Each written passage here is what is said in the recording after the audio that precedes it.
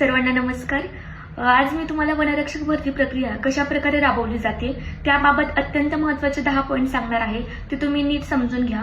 सर्वप्रथम वनरक्षक भरती प्रक्रियेची जी काही जाहिरात आहे ती जाहिरात आल्यानंतर आपल्याकडून ऑनलाईन परीक्षा देण्यासाठी अर्ज मागवले जातात। तो ऑनलाईन अर्ज आपण भरल्यानंतर काही दिवसातच त्या परीक्षेचे हॉल तिकीट आपल्याला प्राप्त होते। हॉल तिकीट प्राप्त झाल्यानंतर काही दिवसात लगेचच एक्झाम होते, लेखी एक्झाम।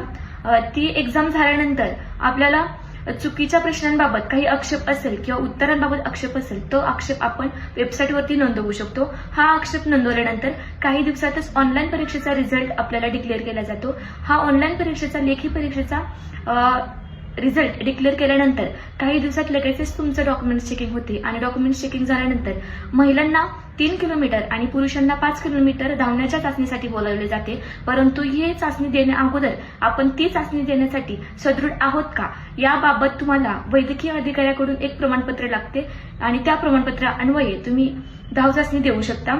त्यानंतर धाव चाचणी दिल्यानंतर काही दिवसात लगेचच तुम्हाला धावण्याच्या चाचणीचे गुण वेबसाईटवरती प्राप्त होतात आणि वेबसाईटवरती ते गुण जाहीर झाल्यानंतर तुम्हाला तुमच्या ऑनलाईन लेखी परीक्षेचे मार्क्स आणि धावण्याच्या चाचणीचे गुण एकत्रितरित्या कंबाईन करून तो रिझल्ट डिक्लेअर केला जातो आणि तुमचं सिलेक्शन होतं। आणि त्यानंतर लास्टला 16 किलोमीटर मुलींसाठी आणि 25 किलोमीटर पुरुषांसाठी असं चालण्याची प्रक्रिया तुमच्याकडून घेतली जाते।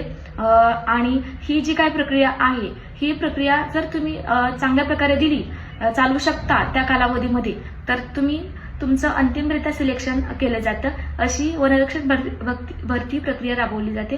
तुमचे काही प्रश्न असतील तर नक्कीच कमेंट्स करा। थँक्यू।